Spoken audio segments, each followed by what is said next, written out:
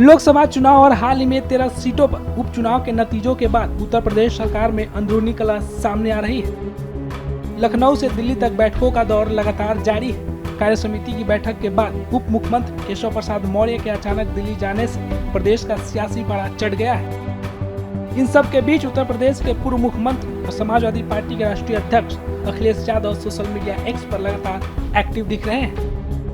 इस आपसी कलह के बीच समाजवादी पार्टी के राष्ट्रीय अध्यक्ष अखिलेश यादव ने एक्स पर पोस्ट करते हुए लिखा है, मॉनसून ऑफर 100 लाओ सरकार बनाओ, जिसके बाद से बीजेपी खेमे में थोड़ी बहुत हलचल होना लाजमी है। तो वही एक और एक्स पोस्ट में बिना किसी का नाम लिए उन्होंने लिखा है, लौट के बुद्धू घर को आए। साथ ही एक और पोस्ट में लिखा है, दिन पर दिन कमजोर होती भाजपा में टकराव और भटकाव का दौर शुरू हो गया है। भाजपा खेमों में बट गई है। भाजपा के एक नेता महोदय अपने ही शीर्ष नेतृत्व के दिए नारे को नकार रहे हैं। कोई मुख्यमंत्री जी कह रहे हैं कि बैकफुट पर जाने की जरूरत नहीं है, जो उछल कूद रहे हैं वो बैठा दिए जाएंगे। कोई कह रहा है संगठन सरकार से बड़ा है, तो कोई सहयोगी दल हार का कारण दिल्ली लखनऊ के नेतृत्व के ऊपर डाल रहा है। कोई वीडियो बनाकर बयान दे रहा है, कोई चिट्ठी लिख रहा है। भाजपा में एक दूसरे को कमतर दिखाने के लिए कठपुतली का खेल खेला जा रहा है। सबकी डोरी अलग अलग हाथों में है।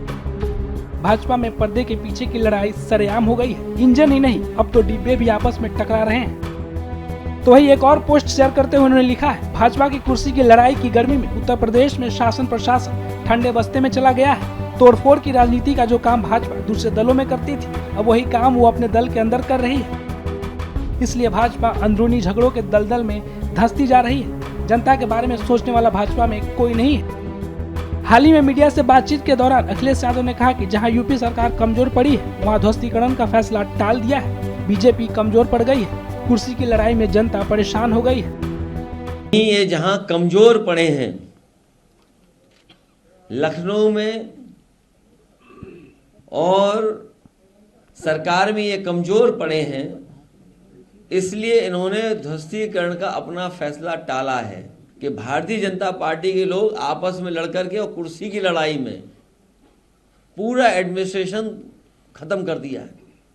जहां इन्हीं के विधायक, इन्हीं के लोग आरोप लगा रहे हैं कि भ्रष्टाचार चल रहा है।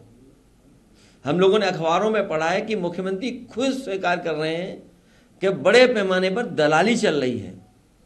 जिस प्रदेश के मुख्यमंत्री खुद स्वीकार कर रहे हो कि दलाली हो रही हो और अखबारों में बड़ा बड़ा लिखा हो कि दलाली हो रही है, तो जनता जानती होगी कि कितनी दलाली हो रही है। भारतीय जनता पार्टी अपने हारे हुए लोगों के साथ खड़ा होना चाहती है या हारे हुए लोगों के साथ खड़ा होना चाहती है।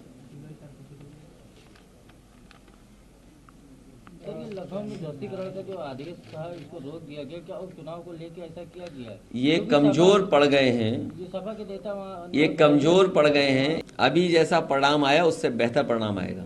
लेकिन आप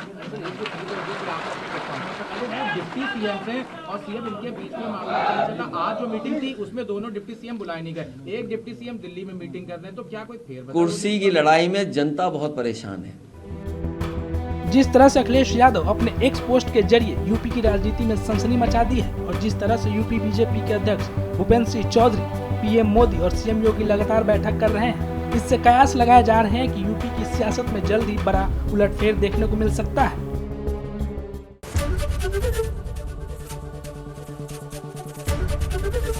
एबीपी गंगा, खबर आपकी, जुबान आपकी।